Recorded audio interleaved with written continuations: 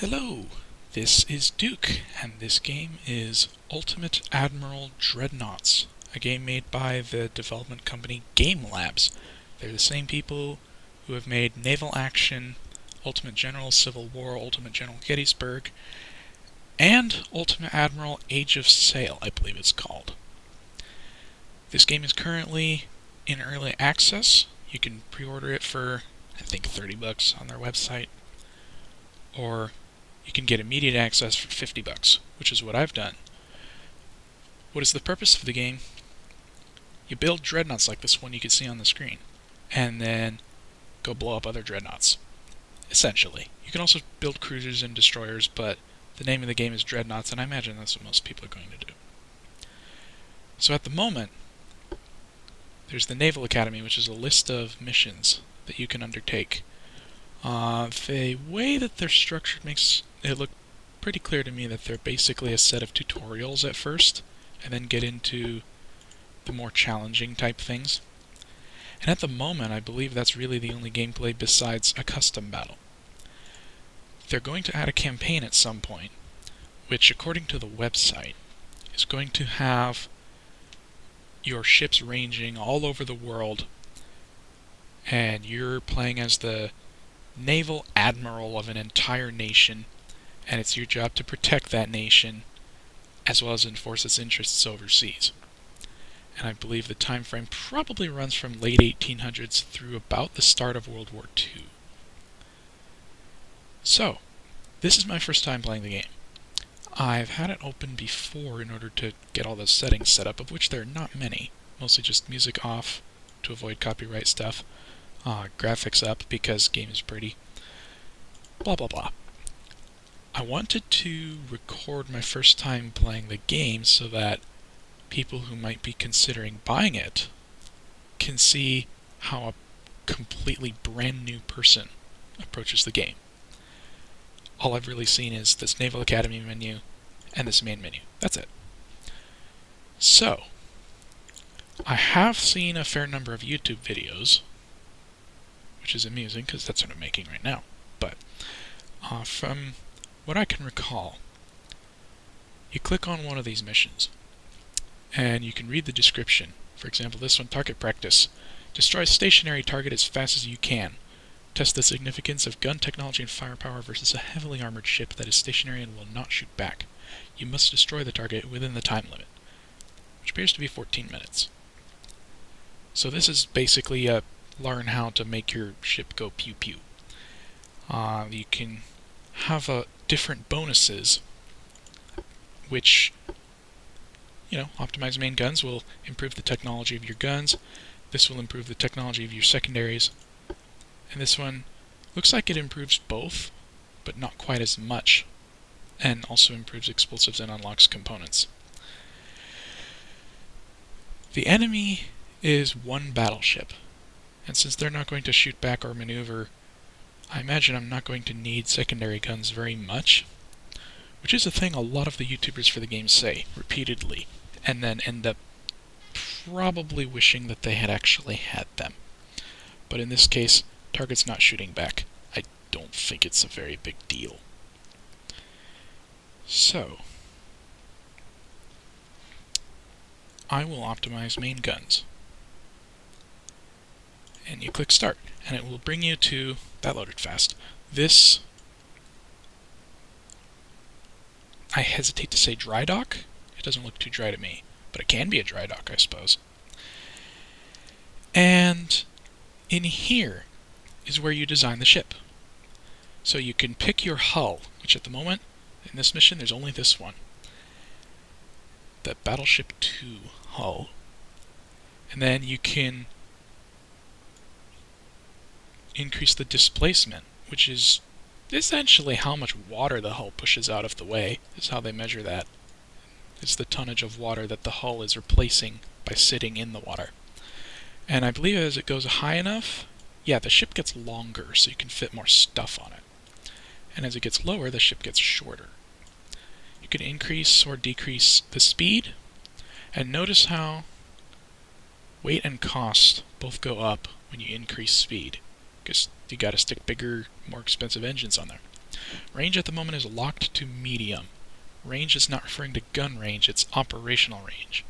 Basically saying, how far can the ship travel away from ports without refueling? So it's essentially the fuel storage.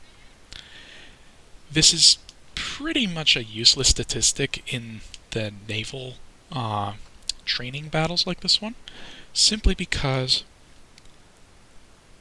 you're not really going anywhere. You jump straight into battle, blow some stuff up, and then it ends. Unless you got blown up, in which case it also ends, but sadly.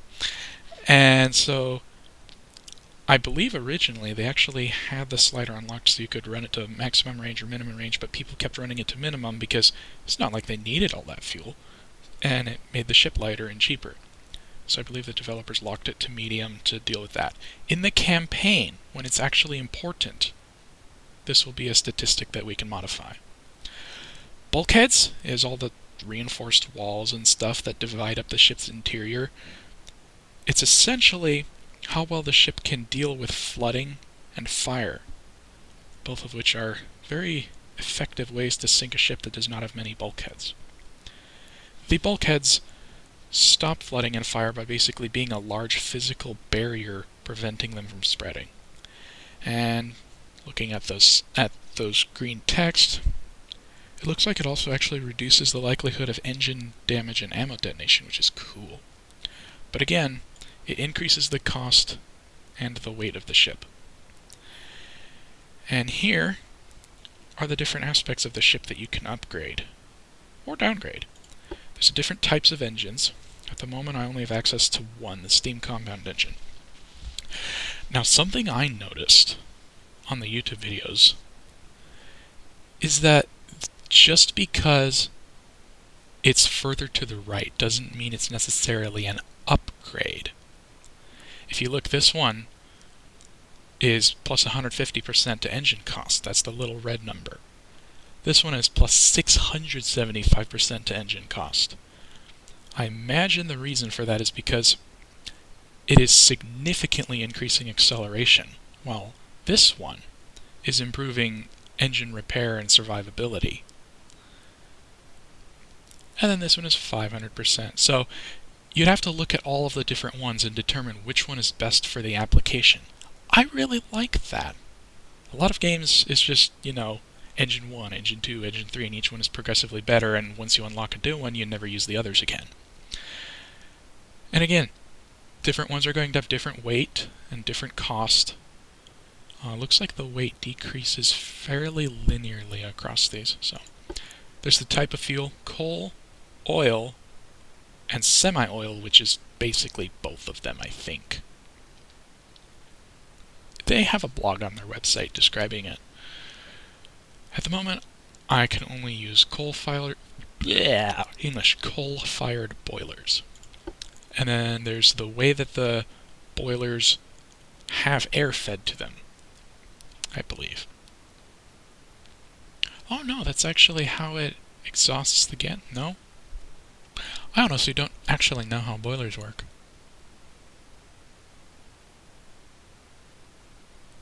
Huh. So maybe it's the whole entire system of pulling air in and then exhausting it out. I don't know. But yeah, this one, 75% funnel capacity, 135% funnel capacity, but then this one's not as much, it's only 90%.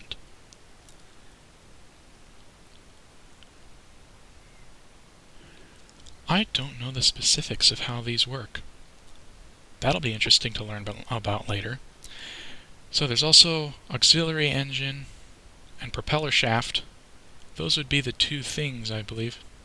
Oh no, not just two, there's more. So those are things that you unlock later with technologies. I believe auxiliary engine is just how it's described. It's additional engine power. And the propeller shaft, you can upgrade that to make the ship more responsive. These are all armor options. There are the different types of armor that you can throw on the ship. The barbettes are the round, they're the round thingies that the turrets sit on top of, in some cases. I wish I could describe that better. You'll get to see it. Anti-torpedo protection. I can actually click on these? Nice, even though they're not unlocked, I can click on them. Props to you, game developers. That is awesome. So yeah, the better propeller shafts give you better maneuverability, and the auxiliary engine is literally that. It's additional engine machinery for when the main engine is down. So anti-torpedo protection reduces the damage and flooding of torpedoes.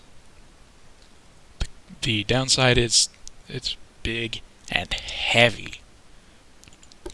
And you can add additional hulls to the bottom of your ship, which also act as torpedo protection. You can reinforce the bulkheads, which is up here. So I believe this actually becomes... I don't actually know if this is the case, but I would imagine this becomes more important as you move the bulkhead slider up. Anti-flooding, very self-explanatory. Looks like it accelerates repairing flooding and pumping it out. Because if a ship gets full of water, if you have pumps on board, just chuck it back overboard if you could patch all the holes. And then the Citadel. Now for those of you who may not know, and I imagine most of you do, because I'm sure almost everyone here is probably a big fan of ships with big guns. The Citadel of the ship is essentially a large armored raft in the center of the ship, extending to the front and rear main batteries usually. It houses the engine spaces and magazines. The idea is that shells might hit the side of the ship and go inside, but if you have additional armor for a Citadel, that will protect all the critical stuff. Engines getting hit can cause huge damage, and magazines getting hit can blow your ship in half. Rest in peace, HMS Hood. So you can upgrade the Citadel armor. And again, this is one where just because it's a higher number doesn't mean it's better. In fact, the names kind of bear that out. Anyone who plays World of Warships knows that the German ships all have the infamous turtleback armor, which makes it almost impossible to hit their citadels. And then American ships use the all-or-nothing scheme. A turtleback essentially adds a layer of sloped armor behind the main belt and above the citadel. The idea is that once a shell penetrates the hull, it kind of hits the sloped section and then bounces up and away from the citadel, inside the ship. All-or-nothing basically just packs all the armor around the vitals and then very little anywhere else. And then here we get to armament. You could pick light shells, standard, heavy, or super heavy. The idea is that lighter shells are cheaper, they reload faster, they're less likely to get detonated if you get hit. They go faster at first as well, I believe, because they're lighter, it's easier to throw them. But they don't have as much damage or penetration, and they probably have less inertia as well. I believe I read this somewhere on the blog, and it makes sense. A lighter shell is going to be slowed down by air drag more, so it won't have the same punch at long range as a heavier shell. In addition, it will have to arc considerably higher in order to get the same distance, making it less accurate. So, heavy shells are exactly the other way. They probably leave the guns a little bit slower, but hold their hold their speed much better, and they hit harder because literally heavier. This is just how much ammo you're carrying.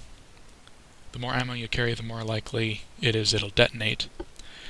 I don't believe my ship will have torpedoes, but you can also change how many torpedoes you have. And then this one is interesting.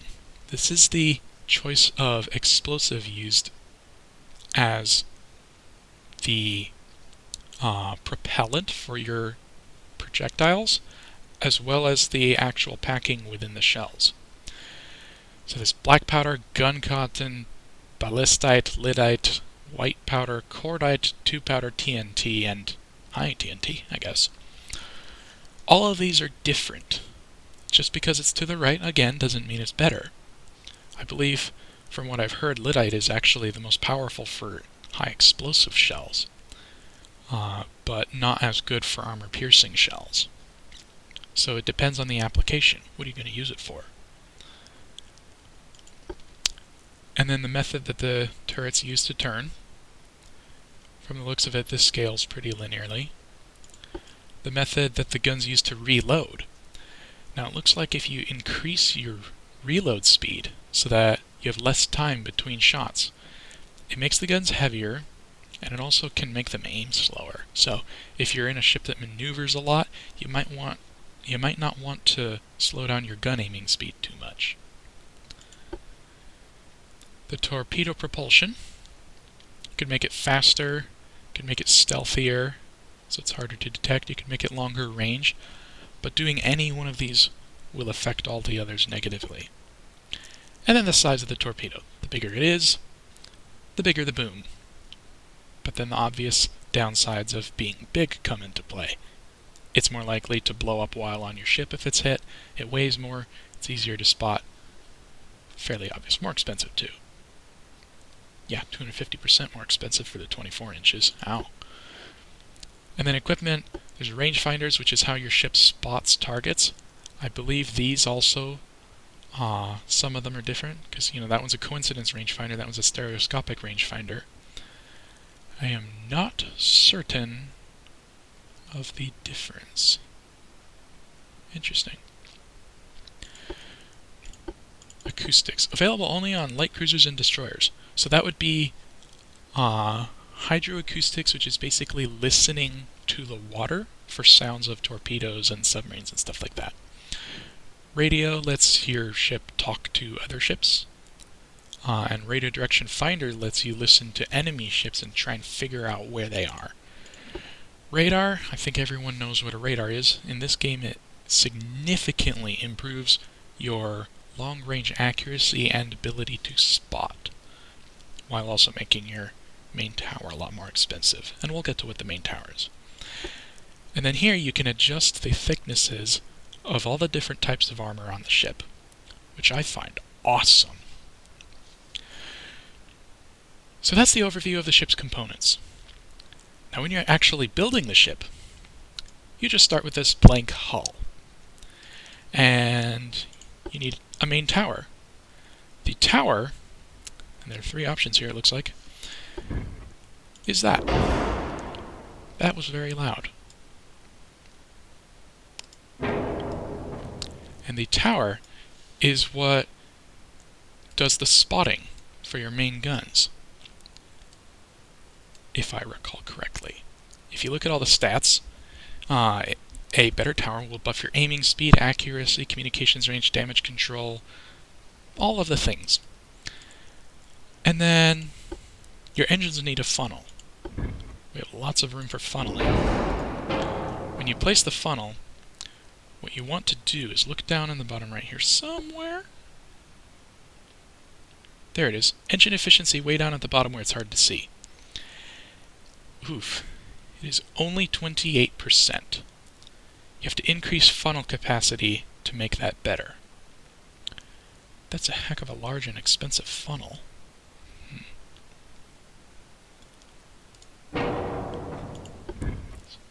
Maybe if we used 2 of a cheaper one. So now engine efficiency is up to 39%. I believe you want to get it as close to 100% as you possibly can. But that's not always easy to do. There's a lot of trade-offs back and forth as you design your ship. So in case you're worried about forgetting something, under stats right here, there are the minimum requirements. You need a main tower, you need a secondary tower, you need guns and funnels. And basically, that's it. So then, we need our secondary tower. Just throw on the smallest one because I'm not sure if I'm going to bother with secondaries. If I do, it'll just be for the giggles. And then, main guns. Oh, we can scroll the camera around. That is lovely. I did not know this. The more you know. And you have a choice of a bunch of different sizes. And when you click on a size, you can also choose how many guns are in the turret, if that's an option. And the difference between centerline guns and side guns is that centerline guns literally just sit along the ship's center line. Side guns mount, say, there and there. They'll mount on the sides. The advantage with centerline guns is that you can have one here, and then you can grab a barbette, which sadly it looks like none of them are available. See, that's the barbette, and if you were to put one there, you could stick another turret on top of it, and then the turret would be in front, and then the second turret can fire over the first one. So, a cleverly designed ship, and when I say cleverly, I mean really pretty straightforward, but, you know, compliments to engineers who figured this out originally. A cleverly designed ship can have all of the guns mounted on center line with barbettes so that some can fire over the others, and that will enable the ship to fire every single main gun off to its side. With side-mounted guns, only the guns on one side can fire to that side in most cases. There are edge cases where that is not true, I believe. So, at least 2 main guns are needed. This is a battleship.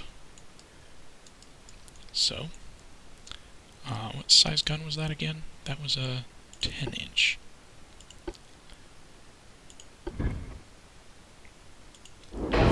And then here we've run into what is probably going to be most often the biggest concern when designing battleships. The ship is overweight. It means that the total weight of everything on the ship is greater than the displacement that you've picked out. So you can increase the displacement if you want to fix that, but it may not go well because as you increase the displacement, the weight goes up almost evenly, so it may take a lot of increasing, and in this case we can't actually get it up high enough. So we're going to have to make some sacrifices somewhere to make the ship light enough. In this case, I will probably remove armor, because we're not even getting shot at in this mission. And I am thinking I will add secondary guns just for the purpose of showing them. So there are 2 types of secondaries. There are the secondary guns here, which you grab one, and thank goodness we can zoom. And you could basically slap them wherever they will fit. Of course, now it's pretty significantly in the way of that forward turret. Casemate guns can only fit in predetermined spaces here.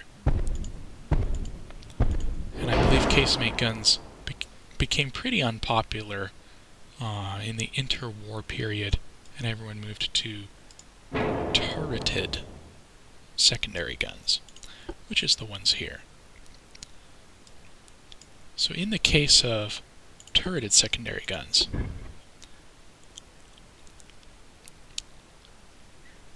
the small ones especially can fit in ridiculous locations like right there. And this is not true of this ship, but a lot of ships in later year periods will have superstructure designed to hold secondary gun turrets. They'll hold 8-inch, 7-inch, 6-inch, 5-inch, and as it gets smaller they might have more and more mounts because those spaces were used by AA guns, anti-aircraft guns, but I don't think there's any aircraft in the game. And I'm not entirely sure that they're going to add any.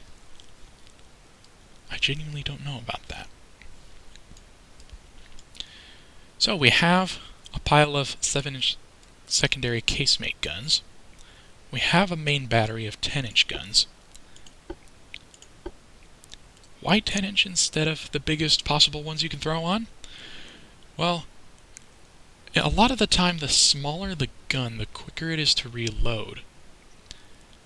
And it's also lighter and less expensive. Usually, for a battleship, you want to throw on the biggest guns you can, obviously. It's a battleship. They always threw on the biggest guns they could, unless they were restricted by some other budgeting plan, or they were the French. So, in this case I'm using 10 inches because, well, it looks nice, and I want to see exactly how much weight I can remove from the armor. So, let's see. I believe some of the armor types here can actually reduce the weight because you're able to use less metal to achieve the same strength, sometimes more strength.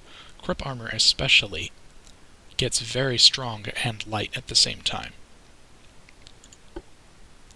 We don't even have any barbettes, so that's not important. In fact, nothing on protection is important unless it makes the ship lighter. However, nothing on here will actually make it lighter, so we can just leave all that. We can't do anything to engines, can't change the fuel type, can't change the boiler type. We could reduce the number of shells. Yeah, that drops the weight quite a lot. Since we're only firing at a single target and it's stationary, we don't need a lot of shells. And we only have one ammunition explosive type, black powder.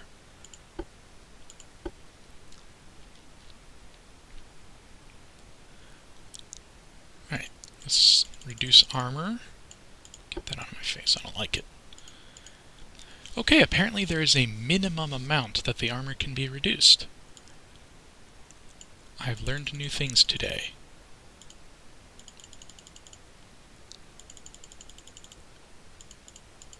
And there we are. The ship is now no longer overweight. English. So there are pre-picked slots that you can put guns, but you can also sometimes put them slightly elsewhere if you wish. Now, there is the weight offset, which is basically the difference between the ship's center of mass and the center in regards to the front and rear of the ship. So it's basically whether the weight is biased towards the front of the ship or towards the rear. And that affects handling. You want the weight offset to be as close to nothing as possible so the ship turns on its center, basically. 4 weight offset means that the weight is 8.1% to the front. And I suppose that makes sense. The main tower is a little heavier. From the looks of it, the engines sit a little further forward. But there's not exactly an awful lot of design freedom with this particular hull. Plus, we aren't exactly going to be maneuvering a lot. Now, what you can do to fix it is simply move a gun. Also, I like that they show the firing angle. Green is where the turret can fire in. The red candy cane stripes are where it cannot fire. So if we move the gun further back, it gets a better forward firing angle. And it improves the weight offset.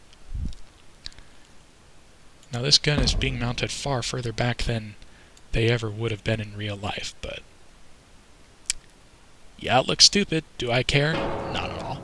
This isn't a 100% must make it perfectly accurate simulator. People on YouTube are building these absolutely gigantic super Yamatos, which would have been hilariously ineffective in real life, because they can barely turn or accelerate. They're so heavy. I'm probably going to get some interesting remarks for that. Okay. Torpedo launchers. It looks like this design can actually mount underwater torpedo tubes. Underwater torpedo tubes have incredibly narrow fields of fire, which you can see here. That's actually less narrow than I expected, because I've never actually seen the arcs. That is a lot less narrow than I expected. Huh. Going to be more useful than I expected. But torpedo tubes, again, increase the weight. So, you have to do stuff to fix that.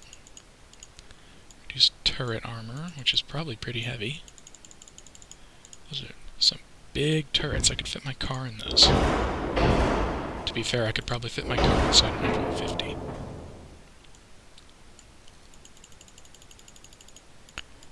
Keep reducing the armor.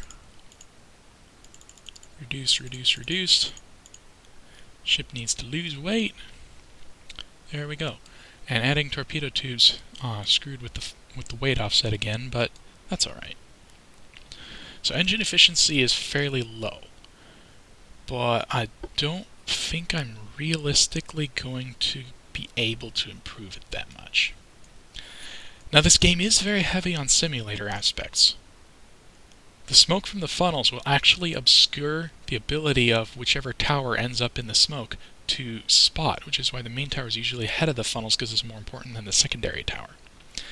As well, smoke from fires and everything will also obscure it. If you go read the blogs on the website of this game, they're going in depth with the simulation.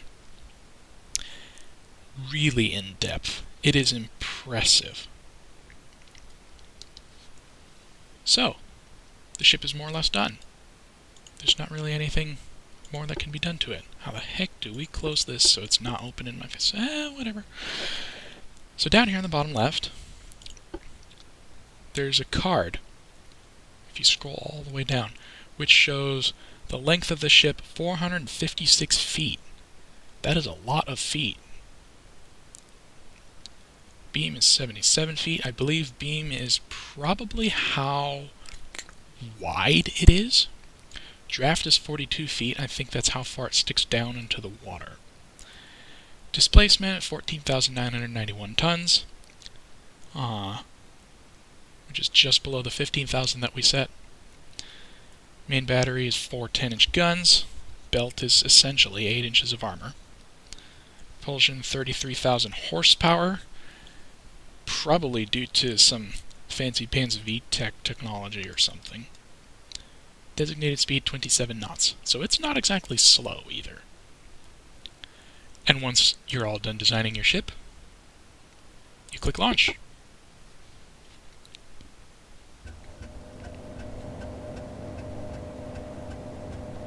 And you get these nifty little blurbs of information here along with very nice pictures of actual ships.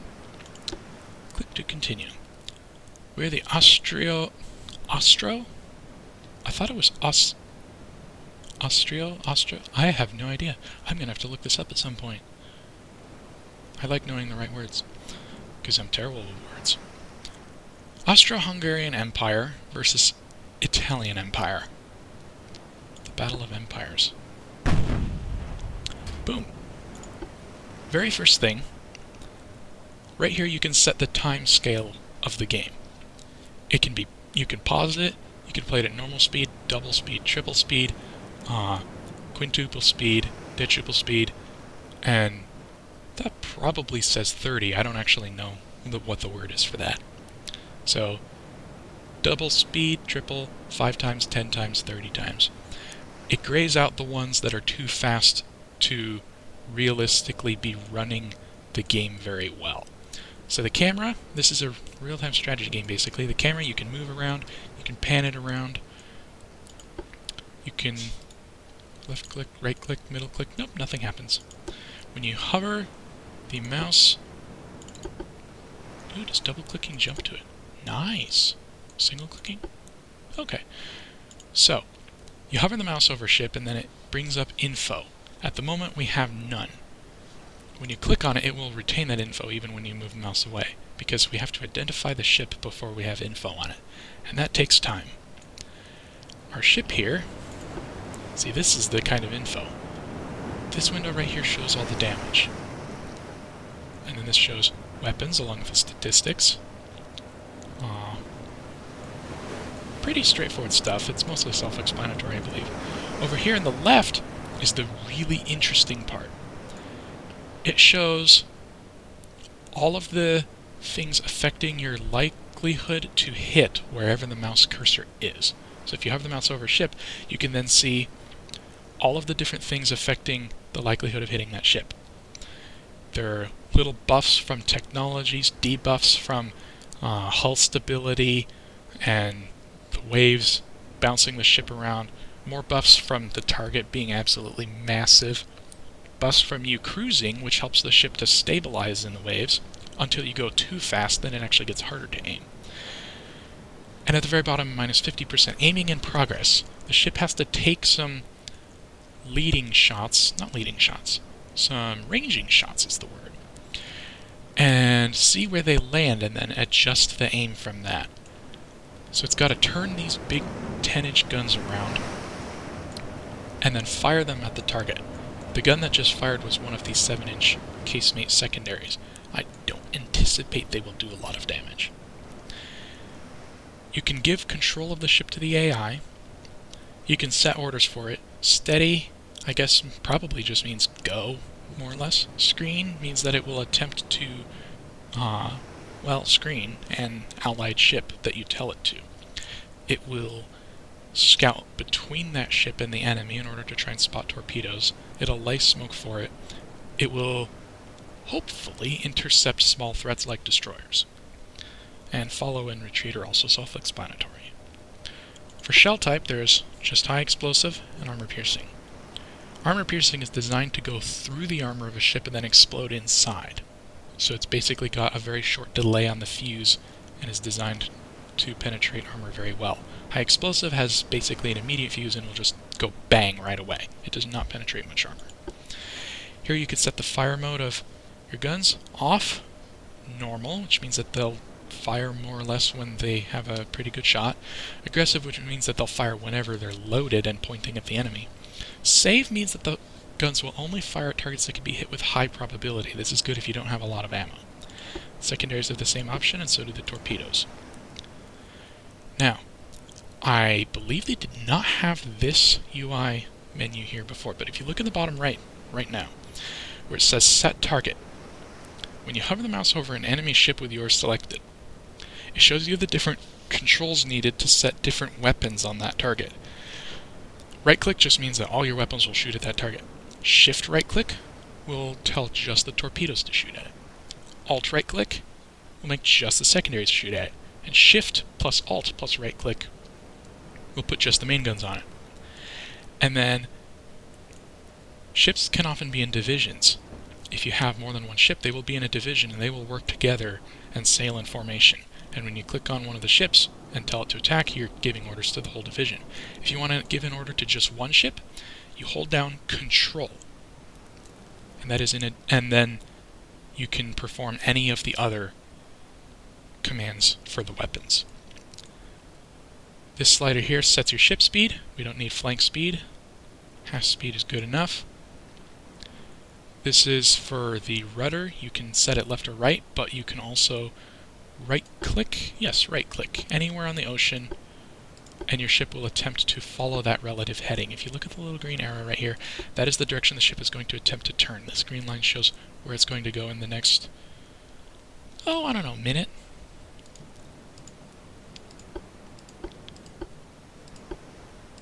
Yeah, you can set the ship to go anywhere. That is a fun little clicky noise. So, we have 14 minutes to sink that ship. The ship looks like they actually did put guns on it. I don't know why you would leave guns on a training ship. Oh, you can, that's the 7-inch shell we fired at it. It ricocheted off the armor. That is a level of detail that I find highly impressive. So that's pretty much all the basics. You have a stat here that you'll be looking at a lot. Chance to hit. That is considering all of the guns in the battery. And chance to hit, if you've ever played XCOM, is a finicky thing. Sometimes you'll have 99% chance to hit and miss 5 shots in a row, because if you have a 100-sided die, you can roll a 1 5 times in a row. Sometimes it just happens. So, let's set it to regular play speed and watch the fireworks.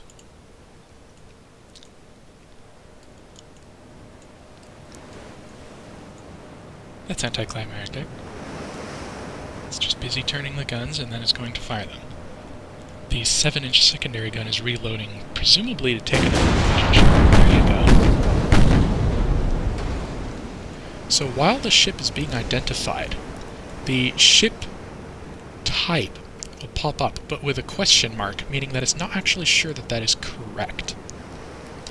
And it may change while the ship identification is in progress, and we've just identified it. It has a pair of single 9-inch side guns. See here, you can see a perfect example of side guns. It has 9-inch centerline dual main turrets, and some 7-inch casemates, and 4-inch casemates. And turrets, I believe.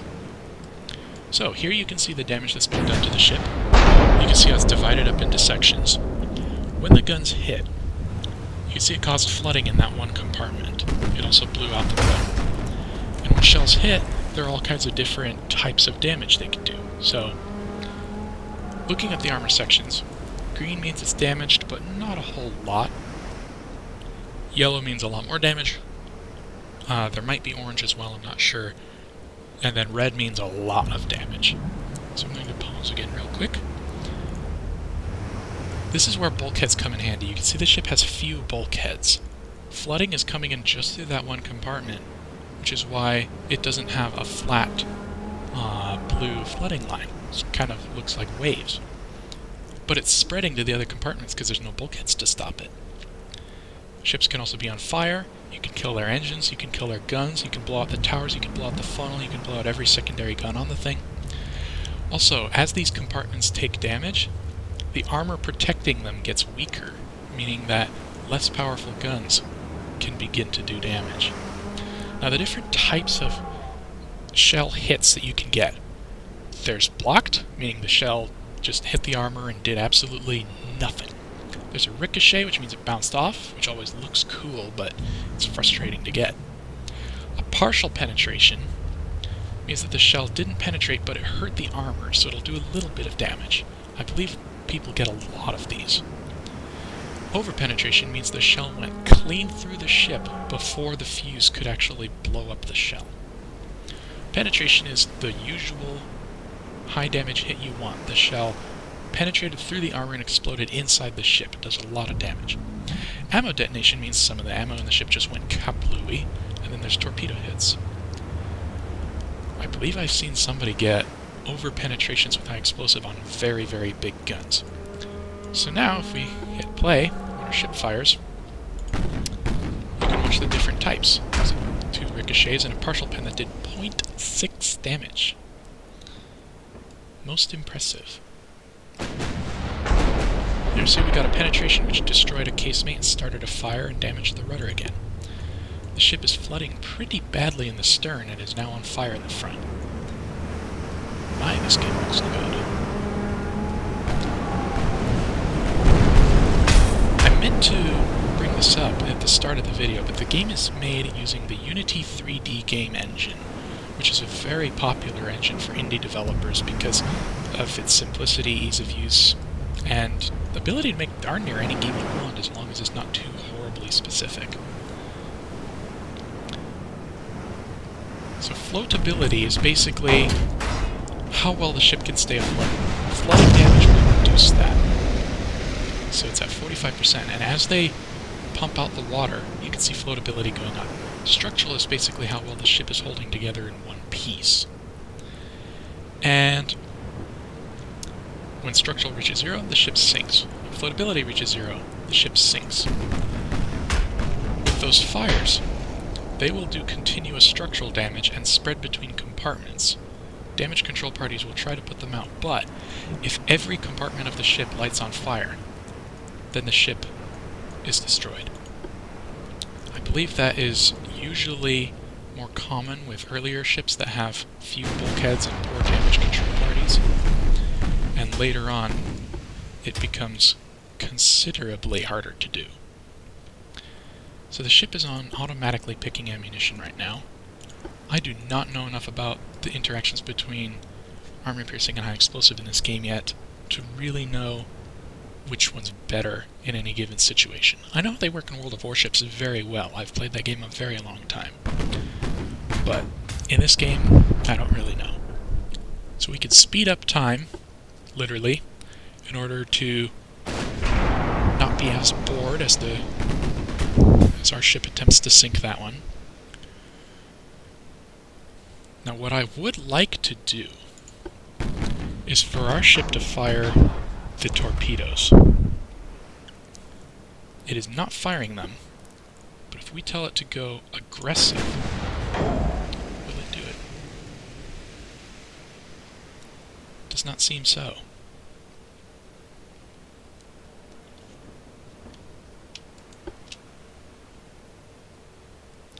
I do wonder why.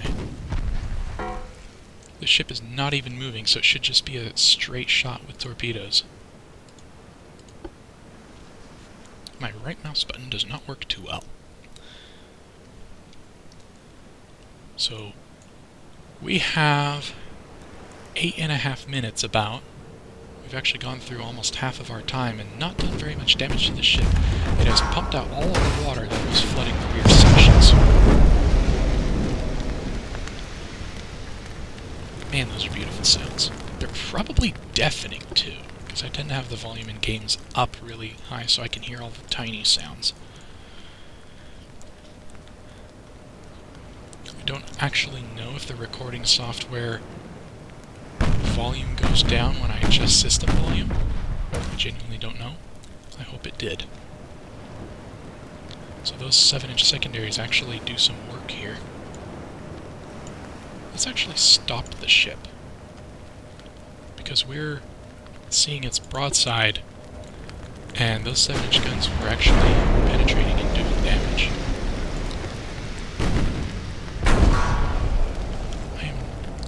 I am genuinely unsure why the torpedoes will not fire. They're within range. It's a paltry 1.5 kilometers, but we're half that distance, so I don't know. Come on, you can be more accurate than that.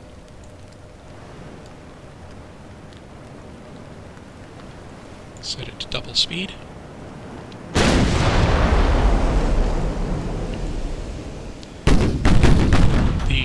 The speed of your ship can be seen right here. And the speed of an enemy ship, there we go, can be seen here. Speed 0 knots. It's often helpful to know how fast a ship is going. The faster it goes, the harder it is to hit. Yeah, we're just getting ricochets now because ships take so long to slow down. Why do the torpedoes not fire? If anyone watching this knows why, I would love to know. Yeah, those just bounced or did partial penetrations. Let's speed back up and come in closer. Speed it up to 3 times. It won't let us do 5 times. We're actually going to run out of time on the clock, which means I'm going to fail the mission of sinking a stationary target. Maybe bigger guns would have been a good idea. These are not doing an awful lot.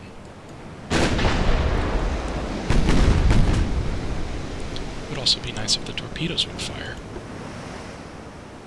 Because I did tell it go aggressive. It has the torpedo launchers. You can see the little yellow icons pop up on the side.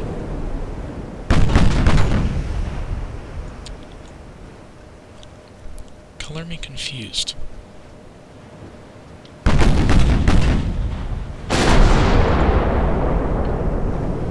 Yeah, we're sailing right by point-blank spitting range. The crew could probably be throwing potatoes overboard and hitting the enemy.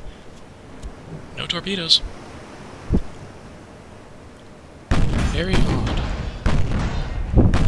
I did do a shift right-click in the hopes of telling it, hey, shoot the torpedoes, please. But nope.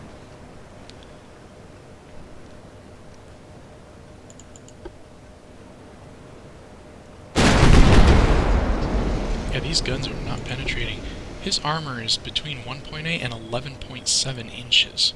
If we look at our guns, they will penetrate 11.7 inches at probably around 7,000 meters, which is far, far further away than we are now. But they're just not having it. Oh, I see what it is. Plus 84%. The quality of the armor on this ship means that 11.7 plus 84%. That probably brings it close to the equivalent of 20 inches of armor. I don't think we're ever penetrating that. And that would be the belt, probably the belt armor or the turret armor. So I think all of our good hits so far have been to the extended belt. believe all the hits to the main belt are doing nothing. And I believe that this is something that'll happen a lot with these missions, is you fail them the first time you play because there are a lot of things that you have to learn and situations that you have to account for. So, time is about to run out. I want to try getting bigger guns.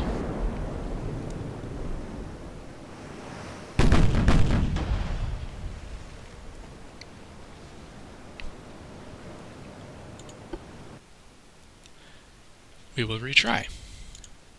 We will remove the guns. Pick the biggest ones we can slap on here.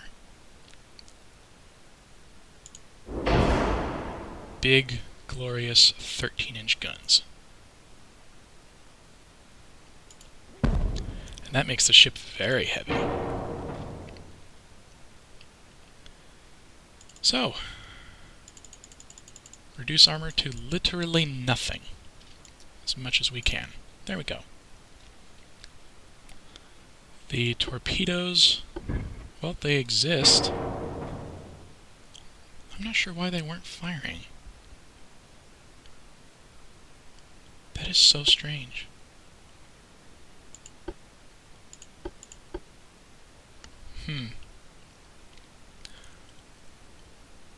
Well, oh, you know what? I probably could have reduced bulkheads to reduce weight. Yeah, I could have reduced bulkheads. That means we could probably fit some small secondary guns. Yeah. 8-inch secondary gun. That won't fit. 6-inch secondary gun. That won't fit either. 5-inch? We could fit a 5-inch. We could fit 2 more 5-inches. 2 more 5-inches? That sounds strange. We could fit some there. Okay. Can we fit any 4-inch guns? Doesn't look like. 3-inch? 2 inches is pretty darn small. I don't think they'd be useful. Well, that's not shooting at anything. It's inside the funnel area.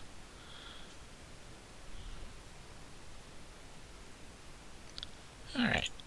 So now we have more secondary guns as well as bigger main guns by putting bulkheads to minimum.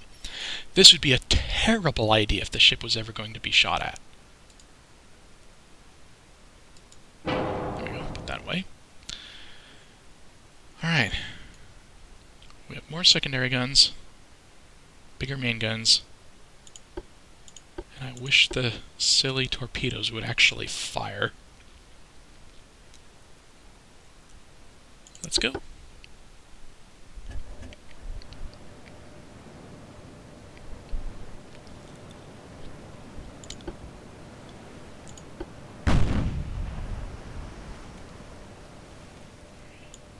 Slow down to half speed.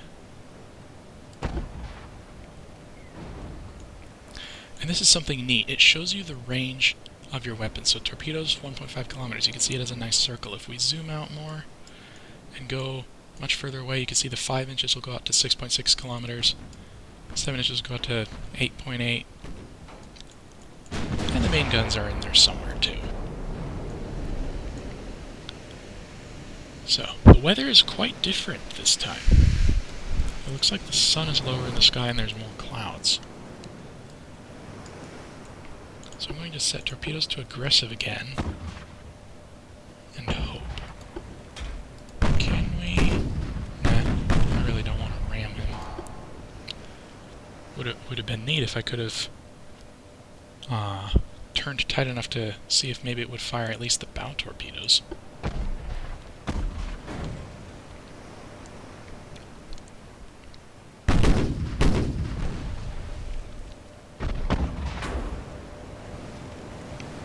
This is a different ship than the last one. This one has the same armor, but 11-inch guns, as well as 10-inch side-mounted guns, and some 7-inch and 4-inch secondaries.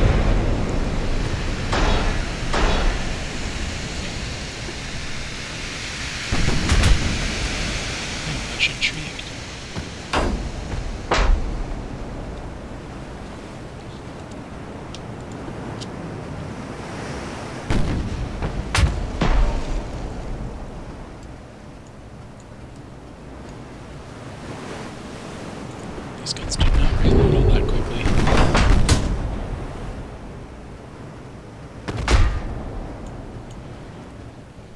Ship to stop and turn to starboard.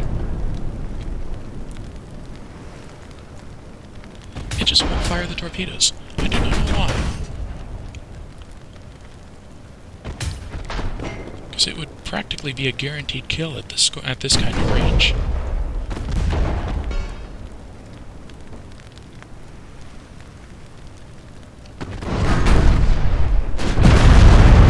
There we go, big hits. The ship is blazing all over and flooding in the rear compartments. With minimum bulkheads, I don't know if they're going to get... There we go, that's a fire. All the compartments burned up. That was much faster. Mission complete. Okay. So, remember when I said usually for Battleship you want to stick the biggest guns on that you can? That's why. And that also just goes to show how incredibly tough armor can be in this game against guns that simply don't have the power to punch through it. In a lot of other games, you can whittle people down through the power of 1,000 paper cuts. But in this game, if shells can't get through armor, they're just not going to do anything. There's no way a destroyer with 5-inch guns could sink, say, the USS Iowa. That's why they carry those big torpedoes. Heck, 5-inch guns seem to have trouble against even a light cruiser. So, that's basically the game. There are many other missions, and in them the enemies will actually maneuver and shoot back. And you have to bear in mind where they're going. You have to try and position your ship where the armor that is best at that distance and against the enemy's guns is facing in the proper direction. Often if you point your ship toward or away from an enemy, shells will ricochet off of the side armor. But if the front or rear armor is not thick enough, then the shells can penetrate through that. And at long range, shells can literally fall through the deck because of how high they get fired. So you might need thicker deck armor if you expect to fight at long range a lot. There's so many different things to consider, and that's what makes designing the ships so fun. And that's also what's going to make the campaign interesting. These are all pre-selected missions with very specific circumstances. You can, these 2 missions were just added recently, but you can do things like run a German raiding squadron and sink a bunch of cargo ships. You can build the U.S. super battleship with, I guess, $180 million. Man, if I had $180 million, I would not be building a battleship. I'd be doing a lot of other stuff. There are a lot of different scenarios here, but in the campaign, you can't build your ships quite as specifically as you can here. In the campaign, your ships need to be able to sail out of port and possibly deal with all kinds of different situations while they're out on their patrol routes or whatever. I think they call it out on their tour. I don't know military lingo too well. But yeah, I hope you enjoyed. If you have input on things like, why didn't the torpedoes fire? Let me know. If it's something stupid I missed, I definitely want to know that. Stay safe, everyone. Hope you have a great day.